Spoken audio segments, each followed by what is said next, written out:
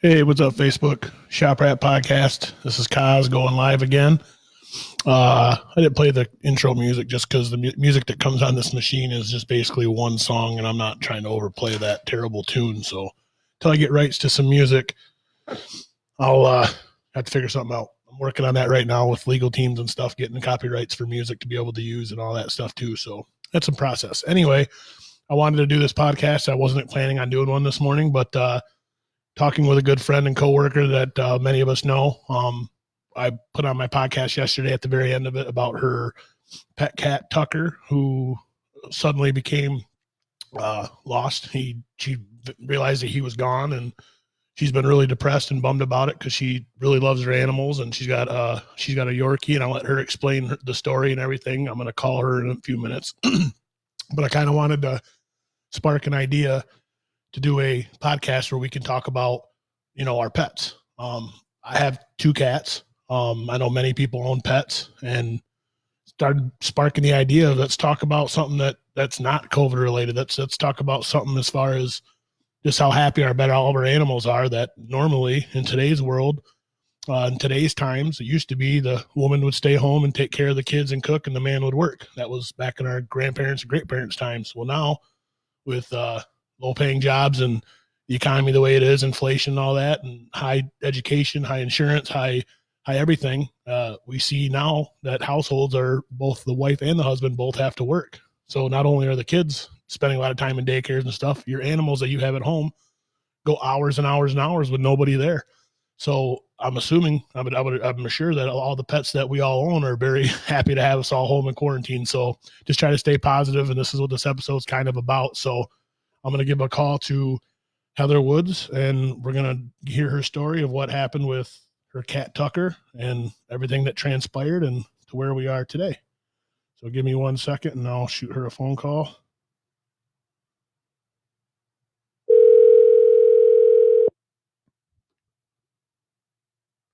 Hello. Hey, Heather, good morning. Good morning. Chop Rat Podcast, you're live.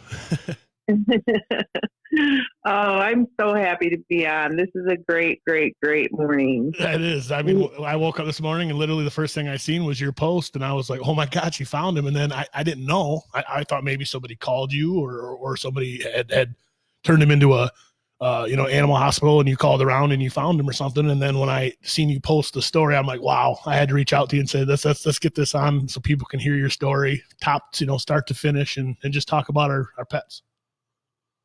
Yeah. So, Tucker is my cat, and we got Tucker because we do work so many hours, and I didn't want Toby to be by himself. So we got Tuck as a little brother for him, and they've just grown into being the best of buddies. But the other night, on the night of August 15th, he somehow got out. I don't know if he kind of scooted when I let Toby out or what, but I didn't notice it until the next day.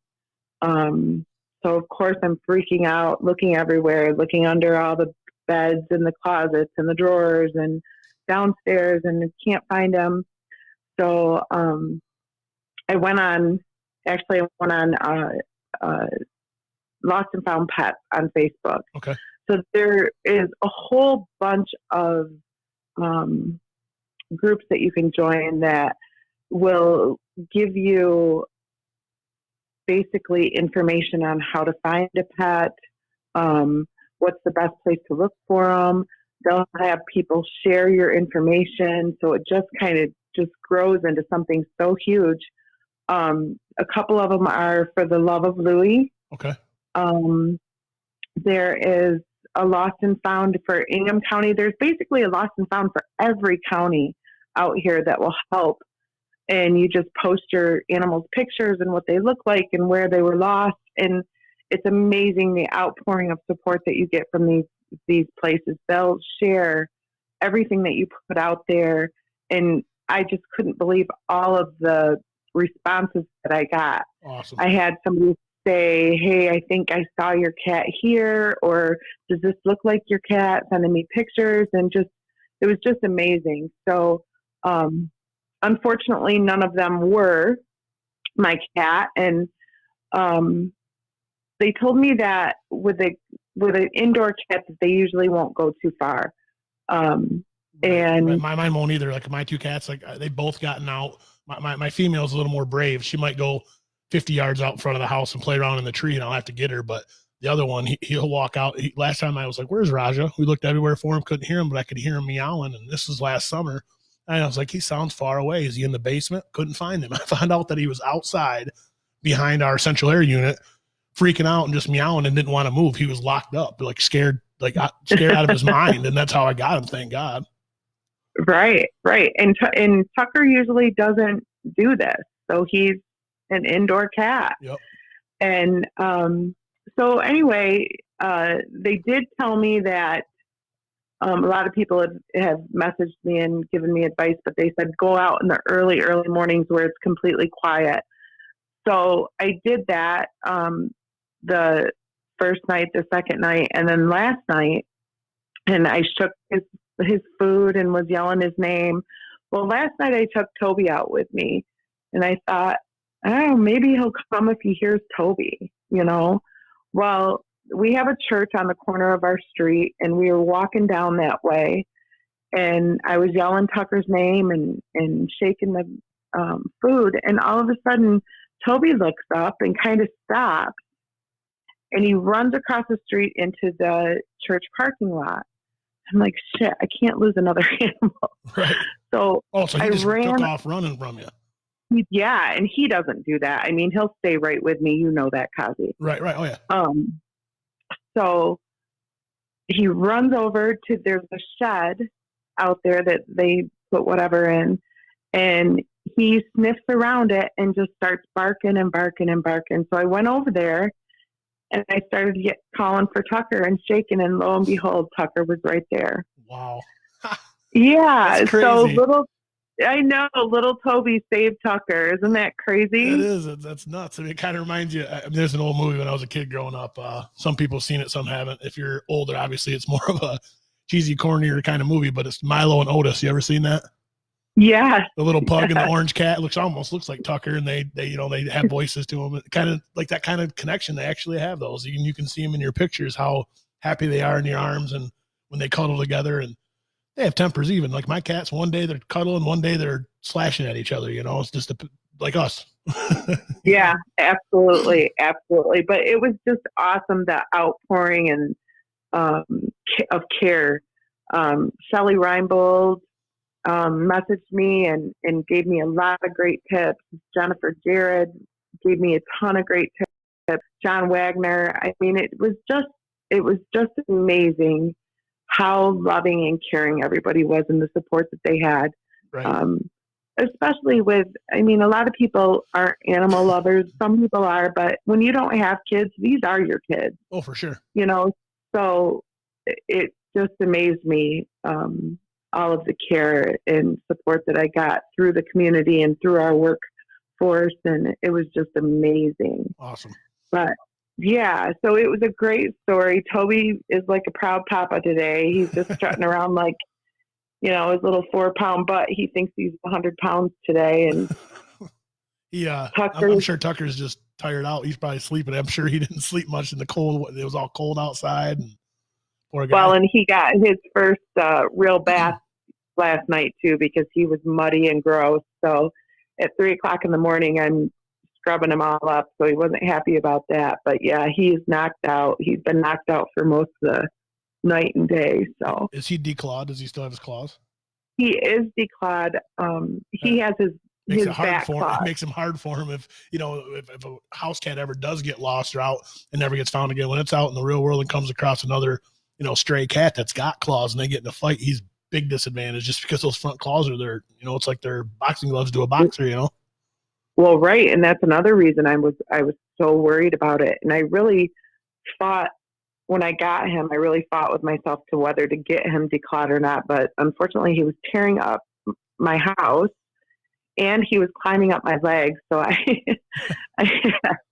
had scratch marks all over me. So we did decide to do his front claws. But both of our cats have their claws. We were always been told that it kind of changes their personality, which it does. But at the same time, I know what you're saying. Like, I'll be sitting in there, not going to literally hear like a, and I know one of them scratching to something. I got to scream, hey, like knock it off. Yeah. You know what I mean? Yeah. Next thing they walk Yeah. out there and they've shredded a brand new, upholstered chair or something. It Yeah. definitely has a number on your Absolutely. house. Yeah. So, but yeah, he's good. Nothing's wrong with him. He doesn't have any injuries. He was just a dirty mess, and he came home and ate a lot and That's drank awesome. a lot, and now he's sleeping. I So know we're just how much you're, so close to your animals and stuff. I want to share a quick story to the people watching too.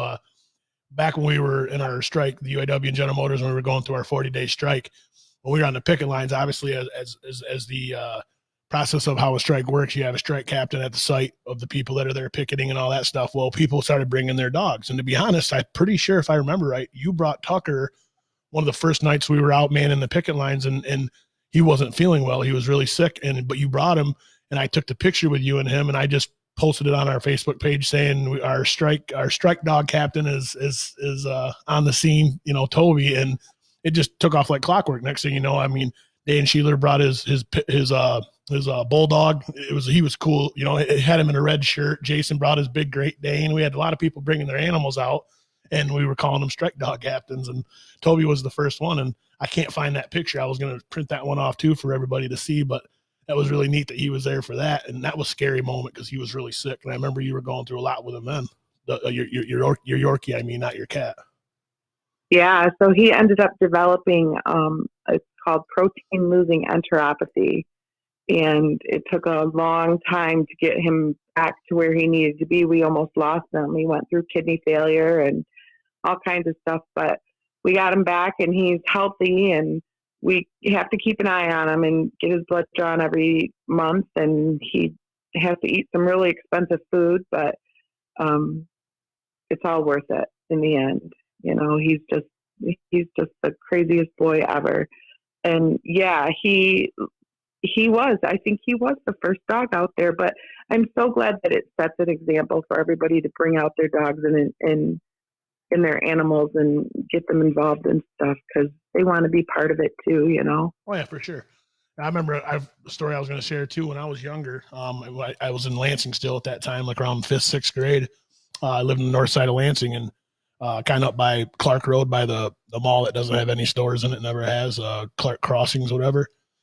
Yeah. And I had a beagle. His name was Spike. He was my first dog, and he was great. But beagles are high energy, and you have to keep them either in a kennel or you have to keep them on a chain or inside your house or somehow have them trained to where they don't go far from you unless you take them rabbit hunting. Well, very hard at my age in a city to train him to be really good with you when you're walking in the wild. So as soon as he'd get loose and he got on any scent at all, he was gone. Nose to the ground, barking, and he'd be gone. And well, that happened one day, and I was freaking out. We couldn't find him. And went almost a whole 24-hour period. And then we got a hold of Waverly Animal Hospital, which is way over here where I live now, compared to over by north side of Lansing. And somebody had picked him up in the middle of US 27, all distressed and confused of where to go. And they put him in their car and took him there. And we reached out and we found him there. And that's where we got him back. If it wasn't for somebody doing that, then I probably never would have had my dog back. Yeah. It's amazing how wonderful, it kind of puts the heart back into the community and makes you realize that there still are good people out there, and they're just there to help. Yep. So it was absolutely heartwarming, everything that, all the people that reached out. And it was cool because it's amazing. I posted your post as well. I took your post and shared it, and the next thing you know, another member sharing it, and you can see who shares it and how many times, and it spread quick. So if anybody was going to get the message out, that's the way to do it. The power of social media is amazing in today's time. Some people shun from it. Some people don't like it, but all in all, I'll say it to anybody that, social media is a very effective tool in today's time, hands down. Oh, for sure. And I had so many members sharing it. Yep. It was just awesome. Everybody just without a thought, just shared it. So yep. It was just a wonderful, wonderful thing. So if he would have been lost somewhere, I'm sure we would have found him in any other way. But Toby saved the day, believe it or not. That's awesome. Yeah. Well, I know everybody's happy on your story and glad that he's back, and me knowing you as well as I do, and for as long as I have, I know me and Autumn are both extremely happy that you found him. And I told her this morning, and she's up painting right now. But I told her, that he was missing, and she was, sad for you and stuff. And then I just told her this morning that you had found him and how you found him. And she was like having her coffee, almost like she was going to go into tears, just because it's kind of like it's a story that it's neat how it was done. It wasn't like he just found him or somebody called you and said, "Hey, I think I have your cat." Like you went for a walk and Toby found his best friend lost. It was just really neat. Yeah, it was. Dave Malish put on there. It's kind of like a Hallmark movie. Right. It really is. Right. So yeah, it was just so heartwarming, and then to see them together today, and Toby photobombing the picture that I took of him home. It's just awesome. So they're doing really, really well, and like just happy he's home. Good. Everything else going good? I know you've been showing your pictures of your yard work. I know you reached out to me and some advice and stuff, but it looks great. I haven't had a chance to get a hold of you. I've been doing all my own stuff here, getting the gym ready and all that. Injured myself. I've just been trying to stay busy. Idle hands do bad things. So right. I'm trying to stay as busy as I can. I've been doing some stuff outside and doing some stuff inside on bad days, and just trying to get stuff done that we can't normally get done when we're working so many hours. So fortunately, it's a bad situation while we're home, but I'm trying to use it to the best, Yep. for all the best. Same here. I wouldn't have been able to get everything done to my basement and then everything I've been doing to the house. I mean, I've been in the basement mainly doing all the work down here. But Autumn's been upstairs. I mean, I think she's painted like 5 or 6 different walls, door jams, we had new door handles throughout the whole house. I mean, just knick-knack stuff that we've been wanting to do that finally had time to do it. And we actually had stuff sitting in a closet upstairs. It's not like we had to go to the store and buy all of our supplies. We've been buying it over the course of time, and it's just been piling up. So it's literally like, okay, well, this pile is supposed to go to that bedroom. This pile goes to that bedroom. I'm looking at it going, shit, it'll take a while. Right. Yeah. I mean, I actually went and got a dumpster, and I've lived in this house for 17 years. I actually bought the house that I grew up in. So cool. Technically I've been here 50 years, but nice. It's been mine alone for 17. And my dad died unexpectedly when I first bought the house. So there was so much stuff downstairs from 17 years ago that I just never touched. And I hated going downstairs. It was like I get it. It was horrible. I just lost my mom in November. You know that when you were there for me, you brought me and Autumn that beautiful wind chime, and the first warm weather we had about a week ago, we were doing this knick-knack yard work stuff, and I took it out of the box the first time, and I hadn't seen it since the day you gave it to me and stuff, and it just got me emotional again. But then when I hung it up and stuff and just hearing it, I have 3 wind chimes as it is. Now I have 4, and each one I get, I'm like, God, I thought, kind of like Dumb and Dumber, I thought the Rocky Mountains would be a little rockier than this. I was always like, God, I thought this would be a little chimier than this, and each one I've always get another one. But this one you got is extremely loud. You can hear it in the house. So it's great. Oh, that's good. I'm so glad that you like it. I love it. We do. And then even like Rusty Ziegler got me that special pine tree. It's hard to get. He went all over looking for it, and he found it. It's got a really cool look to it. And it doesn't smell like pine. It smells like oranges. Like you break the pines and you smell it. It smells like citrus. And we planted that. I won't go into the story of why he told me to plant it where I planted it, but I planted the tree where he told me to, and I did it, and it was late because Mom died in November. So I was afraid of getting it in the ground too late, but I got it in, planted it, and it looks really healthy, and I think it's made it through winter, so I think it's good to go. So that's awesome to see too. It's something that I'll always remember. Yeah, that's so good. And that's a lot I did. I found like pictures of my dad when he was in the Navy, and I found his foot locker from when he was in Vietnam. I mean, I just found so many things. It was just awesome to see. So getting all that stuff together, and I'm going to give it to my nephews and get it all together. But yeah, so I've been staying very busy.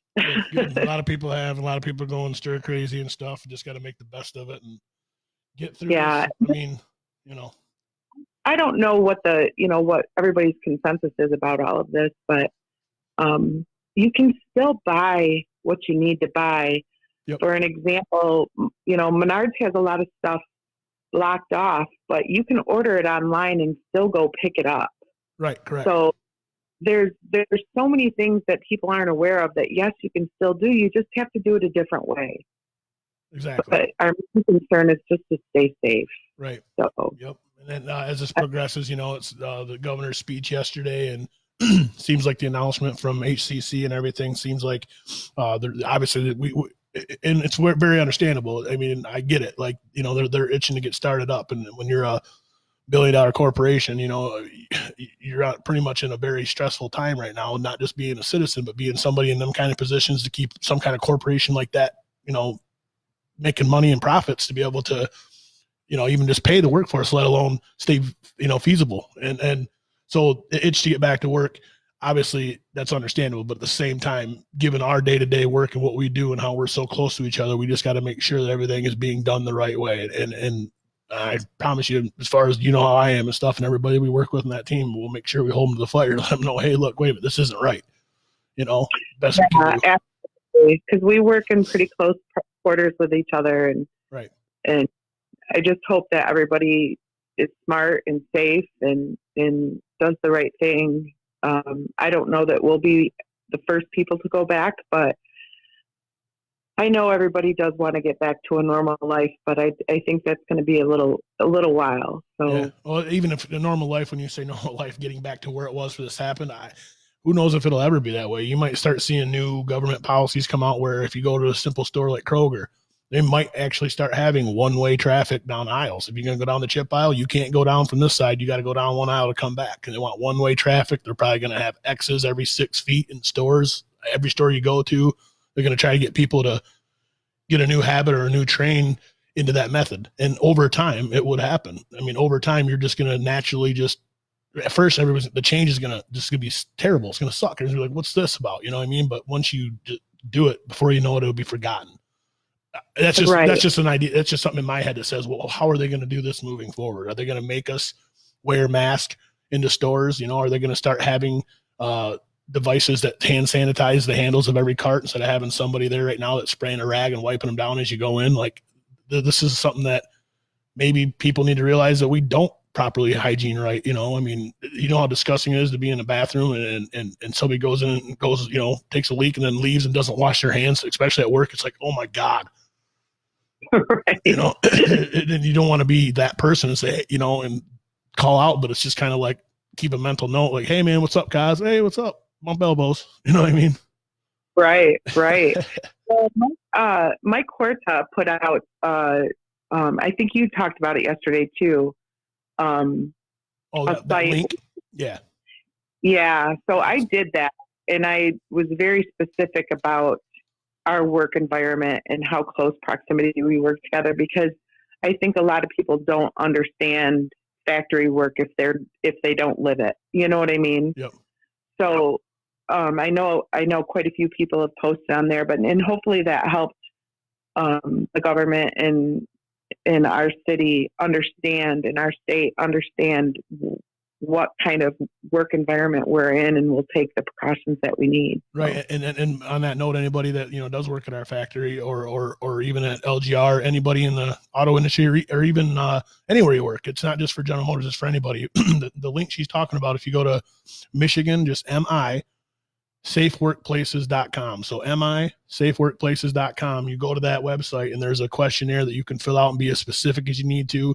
All this information is supposed to be going to a task team that's reading these and going over it, filing them, and getting a better understanding from the people in the places they work as far as what they deal with, how close are they to people, do they share tools, all kinds of stuff. And this is kind of a way of them getting a better idea of where they need to put more attention to detail as far as who's going back to work sooner. I can see somebody like my dad who's retired, who has a job at Royal Scott mowing fairways and stuff on the golf course. I can see somebody like him getting called back to work sooner than somebody that is, working side by side, putting together doors and stuff like that, sharing tools. I can see somebody like him that just rides a mower, isolated by himself, out mowing whatever fairway they put him on, and the other guy going on the other ones, Yeah, absolutely. And that one thing when I did the I did that link and filled it out, I really specified the door line at our assembly plant, because they are so close to each other. And it's just a scary thing for all of us. And I hope that they listen. And even though I know we all want to get back to work and get back to a somewhat normal life, we still have to worry about maybe not even us being infected or us, getting sick, but people around us, because the people that work at our site, they take care of their elderly family. They may have immunodeficiencies. There's just so much that goes on inside our plant and in our homes that people just don't realize. Right. So I hope that when we do come back to work, that everybody takes that and really thinks about it, because even though your home may be great, I mean, I live by myself. I don't need, I don't have to worry about bringing it home to somebody, but that's just my predicament. It could, maybe the person that I'm working a foot across from, they have an elderly, parent that they take care of, or their immune deficiency is low or anything. So it's not just thinking about ourselves anymore, which we should never do anyway. We should think about everybody, but we really, really have to think about that now. Absolutely. Yep. I think another thing too that we need to get into is I forgot what I was going to say. Sorry, I had somebody comment in. I was just typing back to him real fast. Keep going. No. Sorry, I forgot what I was going to say. No, you're fine. So yeah, I just really hope that everybody stays safe, and I know the announcement that Governor Granholm, wow, that's an old one. Governor Whitmer put out yesterday.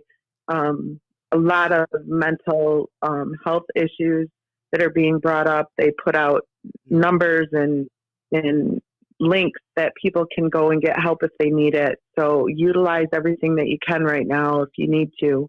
Yep. And just let's all stay healthy and safe and mentally healthy as much as we can. And we're probably all going to need to go to Weight Watchers once this is all over. But I lost a lot of weight just working around the house. Have you? That's good. Yep. I need to get out. I mean, if the weather wasn't so bipolar, what is it? Freaking 30 degrees and snowing one day. It's going to be 50 and sunny today. It's like, what the hell? Yeah, I'm going to try to get out today and do some work too. So. Right. Well, I won't keep you up anymore. I just wanted to get your story of your little fur baby making his way back home. I think it's a great story, and I hope everybody enjoyed it. And I thank you for calling in and discussing everything and letting us know that he's home safe. And we're happy for him, and we're definitely happy for you. Oh, thank you so much. And thank you everybody that helped and gave me encouragement and support. I appreciate it so much, and be safe, everybody. And Kazi, I love you, and I'll see you soon, honey. See you too. All right. Take care. All right. Bye-bye. Bye-bye. All right.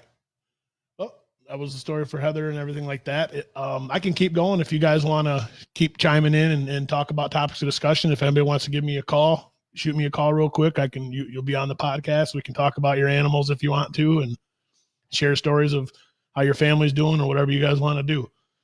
I'll stay on for a few more minutes and just jibber jabber. And if anybody wants to call in, we'll answer some phone calls and just keep going. But I can accept up to 3 incoming phone calls. I can merge the calls together. That way we can have a group discussion. There can be basically 4 people on the conversation over this one mic that you're watching now. So just heads up if you guys want to do that.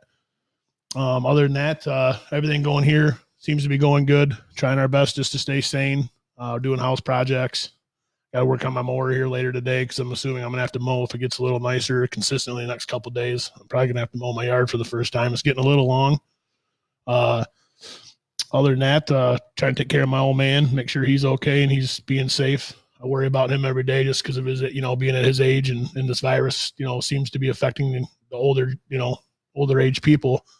And just something that worries me, being one that I just lost my mom, being that he's the only one I got left. I don't want to see something like this put me in a situation that I fear every day, and that's being the day I don't have either one of them. So, but again, once again, another thank you shout out to everybody that's been helping make the 3D strips. Rhonda my Aunt Rhonda and her friend, I think Betsy, my Aunt Renee said, was they're sewing strips as well.